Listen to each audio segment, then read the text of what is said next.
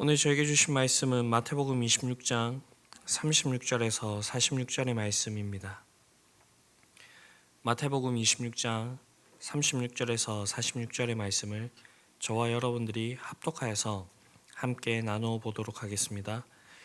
이에 예수께서 제자들과 함께 겟세마네라 하는 곳에 이르러 제자들에게 이르시되 내가 저기 가서 기도할 동안에 너희는 여기 앉아 있으라 하시고 베드로와 세베대의 두 아들을 데리고 가실새 고민하고 슬퍼하사 이에 말씀하시되 내 마음이 매우 고민하여 죽게 되었으니 너희는 여기 머물러 나와 함께 깨어 있으라 하시고 조금 나아가사 얼굴을 땅에 대시고 엎드려 기도하여 이르시되 내 아버지여 만일 할만하시거든 이 잔을 내게서 지나가게 하옵소서. 그러나 나의 원대로 마시옵고 아버지의 원대로 하옵소서 하시고 제자들에게 오사 그 자는 것을 보시고 베드로에게 말씀하시되 너희가 나와 함께 한 시간도 이렇게 깨어 있을 수 없더냐. 시험에 들지 않게 깨어 기도하라.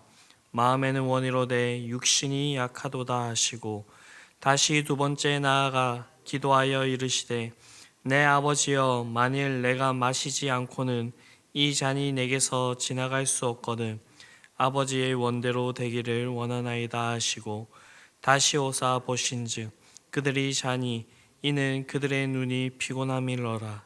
또 그들을 두시고 나아가 세 번째 같은 말씀으로 기도하신 후 이에 제자들에게 오사 이르시되 이제는 자고 쉬라. 보라 때가 가까이 왔으니 인자가 죄인의 손에 팔리느니라. 일어나라 함께 가자. 보라 나를 파는 자가 가까이 왔느니라. 아멘.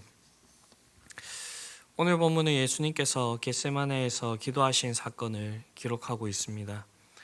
36절과 37절을 보게 되면 감난산의 겟세마네에 이르신 예수님께서 다른 제자들을 그곳에 남겨두시고 베드로와 세베대의 두 아들 즉 요한과 야고보만을 대동하고 따로 기도하러 가셨습니다. 예수님께서 왜 이 세 제자만 기도하는 것에 대동하셨을까라고 했을 때에 이들이 바로 마태복음 17장에 변화산 사건을 보았던 제자들이었기 때문입니다. 즉 예수님의 깊은 비밀과 영광을 체험했던 그런 사람들이라는 것입니다. 예수님께서 왜 이러한 모습을 이들에게만 보여주셨는가? 성경에서 정확하게 얘기하고 있지 않기 때문에 우리가 추측만 할 뿐이지만 어찌되었든 이들은 살아서 예수님의 영광스러운 시적인 그 영광을 목도한 제자들이라는 것입니다. 그때 그 영광이 얼마나 황홀하고 좋았던지 베드로는 주여 우리가 여기에 있는 것이 좋사오니 라고 하면서 초막을 짓고 아예 그 산 위에 살자고 간청하기도 했습니다. 결국 예수님의 그 진면목을 본 제자들만 예수님께서는 자신의 고민과 고뇌의 현장으로 데려가셨습니다. 여기서 우리가 한 가지 생각해 볼 수 있는 것은 예수님께서는 하나님의 영광을 경험한 자들을 자신의 깊은 고뇌의 장소로 인도하신다라는 것입니다. 만약 예수님께서 하나님의 영광을 체험하지 못한 제자들 앞에서 고뇌와 고민의 모습을 보였다면 어떻게 되었을까요? 아마도 제자들은 크게 흔들렸을 수가 있습니다. 예수님께서는 자신이 지속적으로 구약이 예언해온 그 메시아임을 그렇게 나타내 보이셨습니다. 그런데 이 십자가의 고난을 앞두고 예수님께서 크게 이렇게 흔들리고 있는 고민하고 고뇌하고 있는 그 모습을 본다면 아마 다른 제자들은 많이 흔들렸을 수가 있습니다. 그렇기 때문에 예수님께서는 자신의 그 신적인 그 영광을 체험한 그 제자들만 데리고 기도의 자리로 나아가신 것입니다. 오늘도 마찬가지로 예수님은 자신의 고뇌에 동참할 수 있는 성숙한 믿음을 가지고 있는 자들에게 그 현장으로 인도하십니다. 만약 여러분들에게 왜 다른 성도들은 구름이 산을 넘듯 그렇게 스무스하게 신앙생활을 하는데 어떻게 나는 이렇게 고민이 많고 고뇌가 많은가라고 생각이 드시거든. 주님께서 우리를 더욱 사랑하시기 때문에 이러한 마음들을 우리에게 허락하신다라는 그 사실을 기억하시기를 바랍니다. 그리고 그곳에서 우리가 하나님의 뜻을 발견할 수 있는 그런 성도들이 되실 수 있게 되기를 바랍니다. 그렇게 할 때에 우리는 주님과 함께 주님의 마음을 가지고 하나님의 시선이 있는 곳에 우리의 시선을 두고 그렇게 살아갈 수가 있을 것입니다. 이어지는 39절을 보게 되면 예수님은 제자들과 조금 떨어진 곳에서 얼굴을 땅에 대시고 엎드려 기도하셨습니다. 기도의 내용인즉 내 아버지여 만일 할만하시거든 이 잔을 내게서 지나가게 하옵소서. 그러나 나의 원대로 마시옵고 아버지의 원대로 하옵소서라는 것입니다. 여기서 잔은 우리가 너무나도 잘 알고 있듯이 십자가의 고난입니다. 예수님은 할 수만 있으면 이 십자가의 고난을 피하게 해달라라고 하나님께 호소하신 것입니다. 여기서 우리는 완전한 인성을 가지고 계신 그 예수님의 고뇌를 볼 수가 있습니다. 생각해보면 예수님의 당시의 나이는 30대였습니다. 그런 나이에 자신이 잘못한 일이 아닌 다른 사람의 죄를 위해 치욕과 그 당시에 가장 극악한 형벌이 어떤 십자가를 지고 죽어야 한다는 것이 얼마나 고통스러운 일이었겠습니까? 그리고 예수님의 죽음은 그냥 죽음이 아니었습니다. 모든 인류의 죄를 짊어지고 형벌을 받아야 하는 것이었기 때문에 일시적으로나마 죽음으로써 하나님과 단절을 경험해야 했던 것입니다. 이것은 예수님께서 십자가상에서 외치셨던 그 엘리 엘리 라마 사박다니라고 하는 그 말에서 우리가 너무나도 잘 알 수 있습니다. 나의 하나님 어찌하여 나를 버리셨나이까. 이것은 다른 어떠한 고통보다도 참기 어려운 고통이셨을 것입니다. 그래서 오늘 이 기도를 이 십자가의 잔을 피할 수 있게 해달라는 이 기도를 3번이나 하나님께 드리고 있음을 볼 수가 있습니다. 그러나 예수님께서는 결코 자기의 뜻을 끝까지 주장하시지 않으셨습니다. 예수님은 나의 원대로 마시옵고 아버지의 원대로 하옵소서 하시고라고 하심으로 자신의 뜻을 하나님의 뜻에 굴복시키셨습니다. 그리고 마침내 그 십자가의 길을 걸어가셨습니다. 여러분, 예수님께서는 어떠한 분이십니까? 그 자신이 하나님이신 분이십니다. 그분은 하나님과 동등이셨습니다. 그렇기 때문에 예수님께서는 얼마든지 자신의 뜻을 주장하실 수 있었습니다. 그러나 그렇게 하시지 않으시고 자신의 뜻을 아버지 하나님의 뜻에 온전히 굴복시키신 것입니다. 결국 예수님은 이렇게 하나님의 뜻에 자신의 뜻을 굴복시킴으로써 온 인류의 구속을 완성하시고 또한 하나님께서 그를 죽음에서 일으키심으로써 모든 이름 위에 뛰어난 이름을 얻게 하셨습니다. 여기서 우리는 한 가지 교훈을 받게 됩니다. 즉 성도는 결코 자기의 뜻을 주장하는 사람들이 아니라라는 것입니다. 성도의 그 삶은 하나님의 뜻에 따라 살아가야 된다라는 것입니다. 그것은 우리가 하나님을 믿게 될 때에 하나님을 주라 고백하게 되는 그 말에서 잘 나타나 있습니다. 이 말은 내 주인은 하나님이라는 것입니다. 반대로 말해서는 우리는 하나님의 종이라는 것입니다. 이 말은 종인 우리의 뜻을 따라서 살아가는 것이 아니라 주인 대신 하나님의 뜻에 따라 살아야 된다는 그런 말입니다. 우리의 뜻과 주장을 따라서 사는 것이 아니라 하나님의 뜻대로 살아가야 될 때에 하나님께서는 우리를 온전히 인정해 주시게 될 것입니다. 그렇게 우리는 하나님의 말씀에 따라 우리의 삶을 하나님의 뜻에 맞추시고 그 모든 삶을 영위해 나가실 수 있게 되기를 바랍니다. 이런 모습이 우리에게 있기 위해서는 우리는 깨어서 기도해야 됩니다.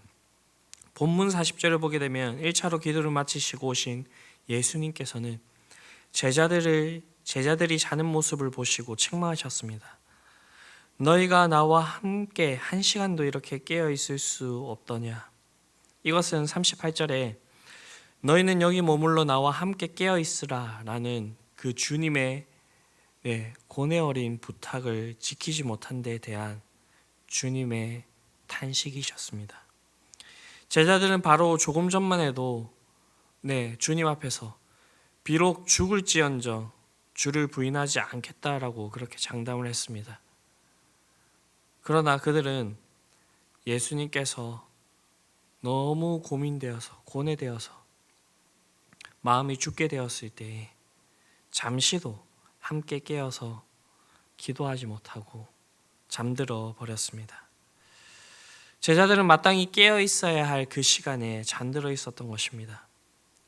그래서 이후에 제자들이 예수님을 부인하고 배신하게 된 원인도 근본적으로는 이렇게 깨어 있어야 할 시간에 깨어 있지 못하고 잠들어 있었던 그러한 이유가 있다고 볼 수가 있습니다.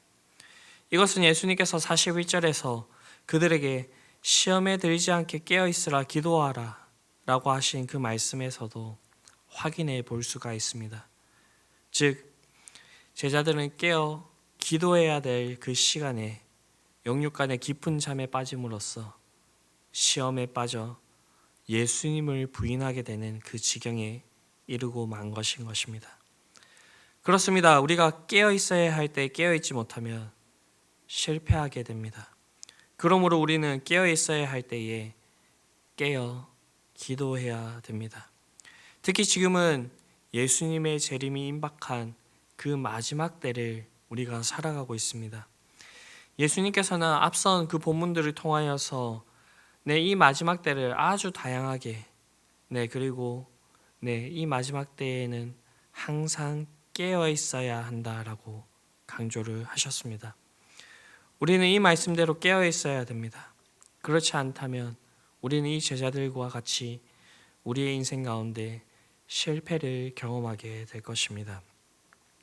세상의 종말의 때가 가까워오면 가까울수록 사단은 더욱 날뛴다라고 그렇게 얘기하고 있습니다.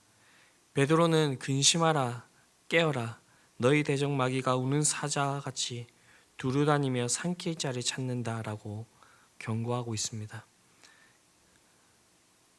깨어 기도할 수 있는 저와 여러분들이 될 수 있게 되기를 바랍니다. 그렇게 할 때 우리는 주님과 같이 담대함으로 우리의 삶을 살아낼 수 있을 것입니다. 45절을 보게 되면 세 차례 기도를 거쳐서 다 마치시고 돌아오신 예수님께서 제자들에게 이제는 쉬라라고 말씀을 하십니다. 앞선 37점 48절을 보게 되면 그 모습과는 너무나도 다른 그러한 모습을 볼 수가 있습니다. 앞선 모습에는 극심한 공포에 사로잡혀 고뇌하셨으나 기도가 끝난 후에는 침착하고 안정을 되찾은 그 모습을 볼 수가 있습니다. 이러한 사실을 보면서 우리는 예수님의 마음에 큰 평안과 담대함이 충만했다는 것을 그렇게 볼 수가 있습니다.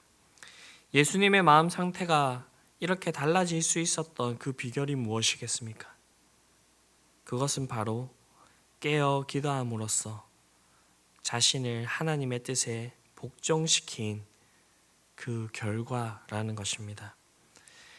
인성을 지니신 완전한 한 인간으로서 한창 젊은 나이에 하나님과 단절되는 그 일에 대한 걱정을 모두 하나님께 맡겨드린 결과 그 모든 고뇌와 두려움으로부터 자유로워진 것이라는 것입니다. 우리가 우리의 주인 되시는 하나님께 다 맡겨드릴 때에 이런 일들이 우리에게 일어날 수가 있다라는 것입니다. 우리 하나님께서는 우리를 창조하신 분이시고 지금도 우리를 붙들고 계시며 온 우주 만물을 운행하시고 다스리시는 하나님이십니다. 그리고 그 하나님께서 우리의 아버지가 되십니다. 하나님 아버지가 인도하시는 그 길로 담대히 나아가기 위해서는 우리의 모든 그 고뇌와 두려움, 그 모든 부정적인 감정들을 하나님께 맡겨드릴 때에 그 길을 걸어가는 것이 가능하게 되는 것입니다. 이러한 삶이 우리의 삶 가운데 풍성히 있을 수 있게 되기를 바랍니다. 이 새벽에 자신을 하나님께 맡겨드리고 오늘의 삶 가운데서 주님께서 우리를 인도하시는 그 길대로 담대히 주님과 온전히 동행하실 수 있는 저와 여러분들이 될 수 있게 되기를 간절히 바랍니다. 기도하시겠습니다. 사랑과 은혜가 풍성하신 아버지 하나님, 주님께서 마지막으로 십자가의 그 길을 가시기 전에 기도하시는 모습을 함께 살펴보았습니다. 하나님, 예수님께서도 완전한 인생을 소유하셨기 때문에 그것이 너무나도 힘들고 고통스럽고 두려웠음을 우리가 보게 됩니다. 그러나 기도하고 하나님의 그 뜻에 자신을 굴복할 때에 하나님께서 주시는 그 담대함, 평안함이 있음을 함께 살펴보았습니다. 그리고 그 길을 온전히 걸어가셨음을 볼 수가 있습니다. 주님, 실패한 제자들과 달리 우리가 주님의 이 길을 걸어갈 수 있게 되기를 바랍니다. 우리가 이 마지막 때에 항상 깨어서 기도할 수 있는 자들이 되게 하여 주시옵시고 이 기도의 자리에서 하나님의 뜻이 우리의 뜻이 될 수 있게 되기를 간절히 바랍니다. 그렇게 해서 우리의 삶 가운데서 하나님 아버지 우리가 담대함을 가지고 그 삶을 살아낼 수 있게 하여 주시옵시고 우리의 삶을 통하여서 하나님의 뜻이 드러나게 하여 주시옵소서. 이 모든 말씀 우리를 구원하신 예수 그리스도의 이름으로 기도드립니다. 아멘.